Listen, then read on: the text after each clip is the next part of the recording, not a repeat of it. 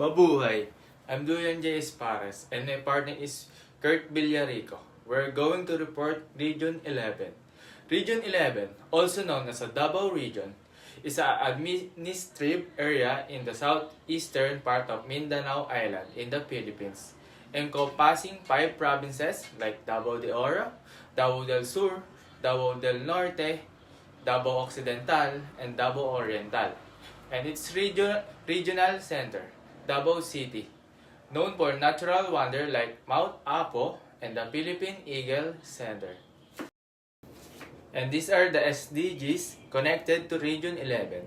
SDG 1, No Poverty Program on Livelihood, Agricultural Support, and Rural Development, address poverty in farming and coastal communities. SDG 2, Zero Hunger, strong link due to Region 11 being major producer of banana, cacao, coffee, coconut, and rice. Focus on food security and sustainable agriculture. The first province is Davao de Oro. It's a province of Region 11, Davao Region, formerly known as Compostela Valley, is known for its mountainous terrain, rich minerals resources, and fertile agriculture lands. The province is largely inland and is home to many farming and upland communities. And these are the 5 products of Cagayan de Oro: coffee, coconut and coconut products, abaca, marang, and vegetables. And these the 5 delicacies of Davao de Oro: cacao brownies, coconut macaroons, durian pastillas, coffee jelly, and banana fritters or maruya. And the next province is Davao del Norte.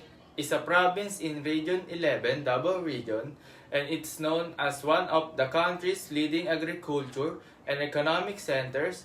Its capital is Tagum City, one of the fastest growing city in Mindanao.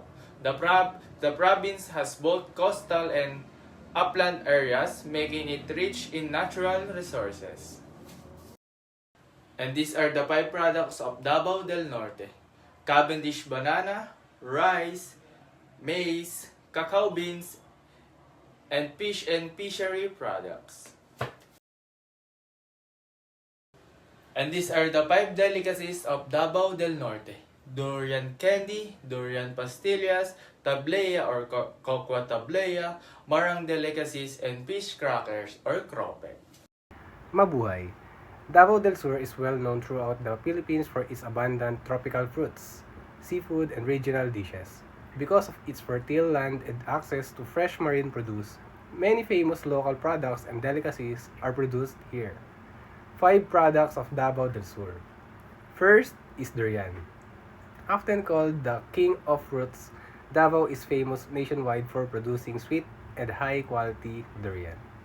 Second is pomelo, a large citrus fruit that is juicy, sweet, and slightly tangy.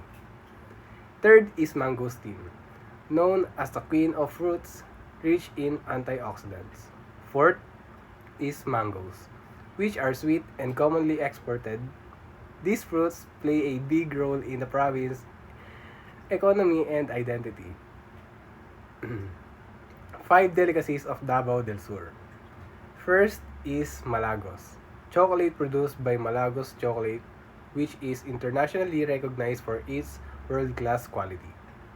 Second is durian coffee, a unique blend combining the strong aroma of coffee and the distinct flavor of durian. Third is dried seafood, such as dried fish and squid commonly sold in local markets. Fourth is linga, a sesame-based snack that is sweet and crunchy. And fifth is odong, a noodle dish usually cooked in sardines, popular in many Mindanao households. Next is Davao Oriental. Davao Oriental is a coastal and agricultural province where seafood and farm products play a central role in local cuisine. Because it faces the Pacific Ocean, fresh marine produce is abundant. Products of Davao Oriental. First is fresh tuna, one of the province's main marine products. Second is coconut, such as copra, coconut oil, since coconut farming is widespread. Third is abaca, a fiber plant used in rope making and handicrafts combining to local livelihood. Five delicacies of Davao Oriental. First is kinilaw and sutukil. Fresh seafood dishes, sutukil means sugba, tula, and kilaw, which are different ways of cooking seafood. Second is suman and other kakanin. Traditional rice-based delicacies wrapped in banana leaves.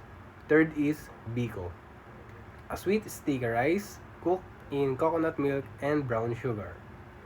Fourth is kabkab, a crispy water-like a snack made from cassava. And fifth is lokot-lokot or amik, a colorful fried rice net delicacies usually served during special occasions. Last province is Davao Occidental. Davao Occidental is one of the youngest provinces in Davao region. Even though it is newly established, it is rapidly developing its local food identity through the traditional delicacies and agricultural products. Products of Davao Occidental. First is Adlay rice, also known as Job's Tears, a healthier rice alternative rich in fiber. Second is native coffee, locally grown and traditionally roasted, giving it a strong and authentic flavor. Delicacies of Davao Occidental. First is daral, a rolled crepe filled with sweet coconut similar to a soft rice pancake. Second is local ice cream, often made from tropical fruits like mango, durian, and coconut. And third is seafood and coastal dishes, since many communities rely on fishing as a sources of livelihood.